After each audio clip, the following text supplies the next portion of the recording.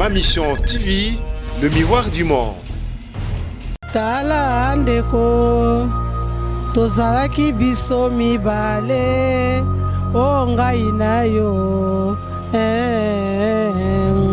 kolia na yo ngai kolata na yo ngai oyinaki ngai pamba na mipesi mobimba na nga fote nini ozwinga wana tawo muni maya nise kosangisa bango alobike toza eloko moko ata likambo ezali tobongisa kaka babile lensa zela bafamille tobongisa me esaka nga mpasi ndenge bana oyo bakabwana mama te nga nde mama nalelaka mpo bazonga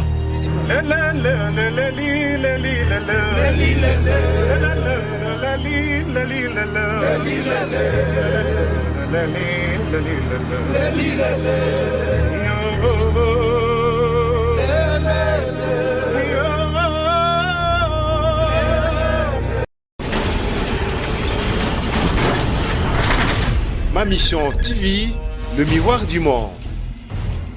Ate o mwasi na ngai ngamazo bale mikolo no mwasi na ngai baluka papa Dominique mo musaka ta lugula mbona bala mwasi polina mwasi kitoko yo sane na ndako yo sane papa te ngai na age 39 nakoki mpe kobala na ngai tinaki nini sikobali te obomi kaka ntango wana ma ingo bamama kala bwando olinga makasi eza lokola bino te bobali na 11 na 17 elibala ekufi me biso bolingo makasi mikolo ezokende mbango ya pepe kayeba kokusi 19 ans na ndenge tokongabi papa yo manifestation nyonso ezala kaka mbula na sisi oloba te na nini mbula yango wana lobi wana kakakaka. Ma mission TV, le miroir du monde. Et ce qui ont dit, est-ce que ça rend moko peut-être ceux qui ont se rappelé nango yaye papa le dauphin Pépé Kalé que ceux qui yé na mutu yé lio au penser nango au miyembeli yango et rappeler au makambo moko boy ko zanzembo nzembo nini mwana mobowa e mama ndenge ni susu pona ba fan na yo bolanda nzembo mwana mobowa ye mama bo seka ngati na zomeka tala andeko tozalaki biso mibale o ngai na yo kolia na yo ngai kolata na yo ngai oyinaki ngai pamba na mipesi mobimba na nga fote nini ozwinga wana tawo muni maya miso. Salut fidèles téléspectateurs de ma mission TV, je vous salue et je suis venue avec une information pour vous. Et c'est pour vous dire réellement que le dauphin Pépé Kalé, sa femme, son épouse Maman Pauline, n'est plus. C'est une vraie information parce que vous m'avez appelé vraiment beaucoup pour avoir plus de précision à cette information. Voilà pourquoi. Je suis venue vraiment vous informer, vous confirmer que la maman Pauline n'est plus. Et Binonion Soboyebi, Boza vraiment informé na l'épouse de Pépé Kalé. Boza vraiment na idée en fait de cette épouse. J'étais avec elle il y a quelques mois, Pourquoi? Parce que Tokenaki ko s'est présenté na esika papa na biso Pépé Kalé à Koufa, esika Bakundaye pardon. Tokenaki ko s'incliner et on était avec elle. On a eu aussi à l'interviewer pendant quelques minutes. Mais je préférais de vous laisser quelques minutes aussi, hein, de suivre vraiment cette information. Ou cette maman en train de parler et quelles étaient ses plénitudes. Je sais que beaucoup de gens n'ont pas tenu compte de ça, mais le Kolazal il sous-souté n'a que message nae et qu'osala peut-être très captif na bato nyoso ba Holanda biso bo luka peut-être bo luka bo zo message nae na considération mingi tant mosusu bopesa qui était na moment oyo azalaki vraiment na bosenga nango. Merci beaucoup na Chaka Congo pour azalaka wana toujours pour na kopesa biso ba précision na makambo etali ba artiste na lobara de temps en temps que artiste en danger ezali ASBL moko efaki to soutenaka.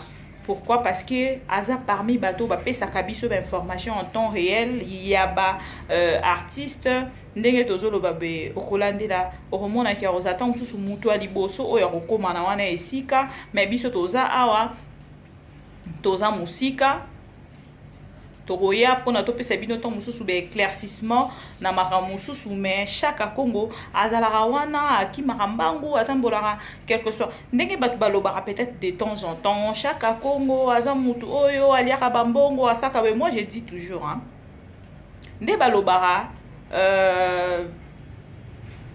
qui travaille à l'hôtel mange à l'hôtel. Ceux qui peut-être papa on a ndenge atambolaka de temps en temps pour recevoir information de partout pour que apesa na bato nyonso balingaka ba information wana to bato nyonso bazana besoin to kosenga ya ba information wana.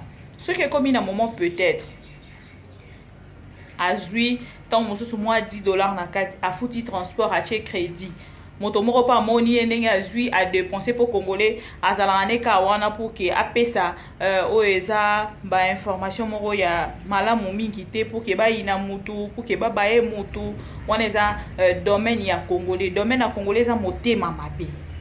Domaine ya congolais eza avoir un mauvais cœur pour l'autre, avoir un cœur de freinage pour l'autre. C'est ça le domaine des Congolais. Domaine à Congolais, eza domaine moko eza vraiment très passé hein. O tokukara peut-être ko identifier peut-être de fois domaine ya Congolais. Donc et ça là vraiment pas si comment na Congolais azali ko se comporter bongo pona ndeko na e bongo pona bato nyonso peut-être o ba ko sala ebolam. To ba sala ebolam. Vraiment mes condoléances à toute la famille de Maman Pauline. Mes condoléances na bana, surtout bana de bapé ça rapasi na lo barango de temps en temps ce qu'on a maman, c'est comme notre frère auto perdre depuis Paris, ceux qui suissent na vraiment la précision en place à Koufélité. Na moni mo na né lobby en Afrique du Sud azolela. Tu vois quand les enfants pleurent, quand tu retrouves l'enfant en train de pleurer, ça fait pleurer tout le monde. Et je sais qu'il n'y a pas quelqu'un qui va me contredire. Donc ce qui moi nazali kolela et puis ça ka pas si moro na motema.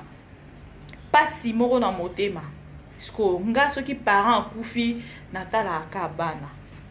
Natala akabana. Et ça là vraiment pas si et douleur wana des douleurs toyo kakata mususu na ba moment boye. Douleur wana des douleurs oyo et ça là que na moment wana mutu nyonso meka réagir. Mais et après Moutounia soit disparaîtra car batou batika la car na passi na bango. C'est vraiment honteux, c'est vraiment malheureux pour nous les Congolais de savoir que Tomekara Pekara ko assister batou natang wa passi. J'étais avec elle na cimetière ya Gombe. La soeur banay ko s'exprimer pour nos relobake. Nasa na passi oye bake nasa le sous mobile nanga sa li sous-souté. Et puis l'État a zolo bali sous le côté. Donc on constate qu'on pour na artiste na biso nyonso haute bakufa. Culture penza na mboka na biso na éviter zoaka place nini. Culture ezora place nini na mboka na biso. On constate aujourd'hui nos artistes et musiciens bazolela. Barokende robeta mu colonie na poto. L'État ne dit mot. Artistes et musiciens na biso bazolela. Tozo bimisa album na biso. Meza soutenu te.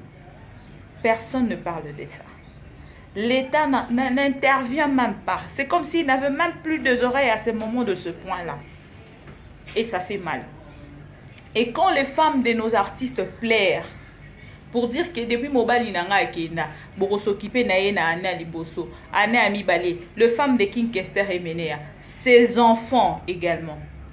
Bazolela. Lelo bazolela. Mais pour les lana bango, nana oyokam. Papa na bango akufa de 13 awawa tokena ki commémoration na e il y a 3e année hein Steve. Donc ozomona ke mutute pas de réaction Et ça fait mal. Ça fait très mal de savoir que ceux qui artistes nabiso tozo kanzabanga tanelo côté. Tozo kanzabanga tanelo côté. Pepe Kale oto bande ko benga artiste à part. Mais lelo to sali soulini ponaï. Donc c'est vraiment regrettable, mais je vous laisserai vraiment le temps. Bon là maman Poli ndengeni ande koloba, qu'est-ce qu'elle ressemblait, et on va revenir dans quelques minutes. lelo so botondi boye po ezalaki omona na ba télévision na ba radio bozo parler si Pepe Kale nandi esengo oyo toninga motema oyebi yango te po motema moto bakotaka te yaya nayebi te nasala nini mais nakumbisi nzambe po Kale azalaki moto ya bato malgré tout bamisu baye te bamisu bokuta bango na ndako Pepe Kale azalaki moto ya bato yango moni boye ebele ndenge wana. Qui représente en fait son absence intérieurement na yo ndenge ni yozo yo kalelo pendant 19 ans oza lisusu na yete. Est-ce que comme la comme maman moko bovandi okanisi yo leli lisusu to okoma déjà ko trouver ngo normal? Bon pona kolela lokwa ba pekisa na tika kolela Pepe Kale na 15 ans. 15 ans au moins na sala effort bana bayembi mais ma mi se ngabite ba bana lela lisusu te. Po na leli na mona ka Yesu te na yango etondaka ngai esengo soko na ndani pasi wana yaka soki ye na kangi boeti neti lobi na sali fièvre so zo mona ngai na za moya ko lobi na sali fièvre na bi mikolo zoke de mbango Pepe Kale pa ko 19 ans na ndenge to ngabi papa yo manifestation yo seza kaka mbula na sisi lo batela nini mbula yango wana lobi wana kaka ti ba 3 heures ngabi nzambe zo loko. Et ça vous rappelle quoi maman? E kanisaka nga mingi po Pepe Kale yembaka nzembo wana na ye kotala libota na biso na kotala baninga na nga tozalaki na bango nani moto ozolinga bokolia na ye bokolata na ye nyonso me ye azolinga yo te na mipesi mobimo ozolinga ngai te sikoyo soko zwinga na faute lobela ngai. Vraiment et ça qui ba message makasi alors par rapport il y a ba œuvre oyo bino bokenda kotika na Sokoda lelo orchestre baza ko akize que maman zalaki parmi bato oyo bakotisa ki séparation na kati orchestre pour orchestre lelo ekita yo ko. Bon séparation comme nga mama te bango moko kutu ngai mama na lela po bana wana papa na Kale abana ko sangisa Kale abana ko kabola te Kale abana ko sangisa bango alobi ke toza eloko moko ata likambo ezali to bongisa kaka babile lensa c'est la famille to bongisa mais ça anga pasi ndenge bano yo bakabwana mama te ngandi mama na lela ka po bazonga yo moko zolandela te peut-être que ezonga lisusu pour la mémoire à papa. Bon d'abord ezonga pour la mémoire.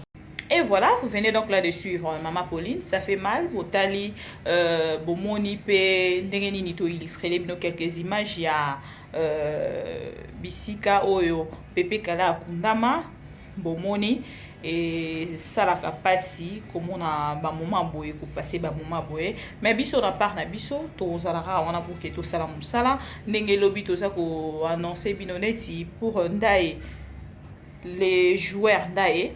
Corna et Goya lobby, to Rosala na pour na tozo la bino ba image, mais entre temps, to éviter.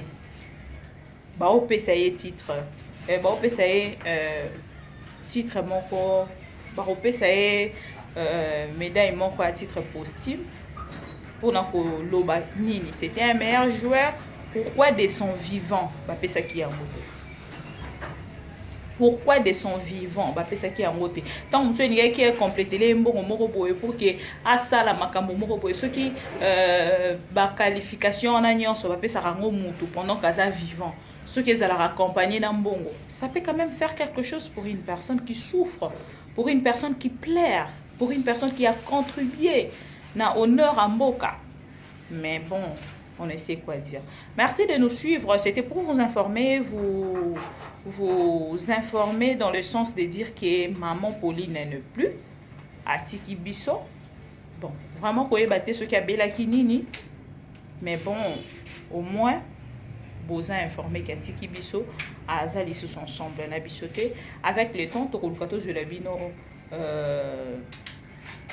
chaque Congo pour passer biso vraiment plus d'informations sur cette affaire et on va revenir toujours dans ma mission TV. Gardez silence, restez branchés dans ma mission TV. Continuez vous abonner à cette chaîne d'information. Chaîne auto Ibsehibino Rosa. Liso nabino ici qu'information isali. Lito inabino ici qu'information isali. Pourquoi pas monoko nabino, kolobe nabino, ko informer bino. Tango mosusu pe makolo nabino en temps réel ici qu'information isali. Toko matos de labino, to et labino. Pour que bon, combien ma mission TV vous porte à cœur. Vous étiez nombreux à nous suivre de partout. C'était une petite information de notre côté pour vous clarifier et vous confirmer que c'était vrai cette information, que vous nous avez posé des questions depuis ce matin. On se retrouve tout à l'heure pour l'information. Merci. Ma mission TV, le miroir du monde.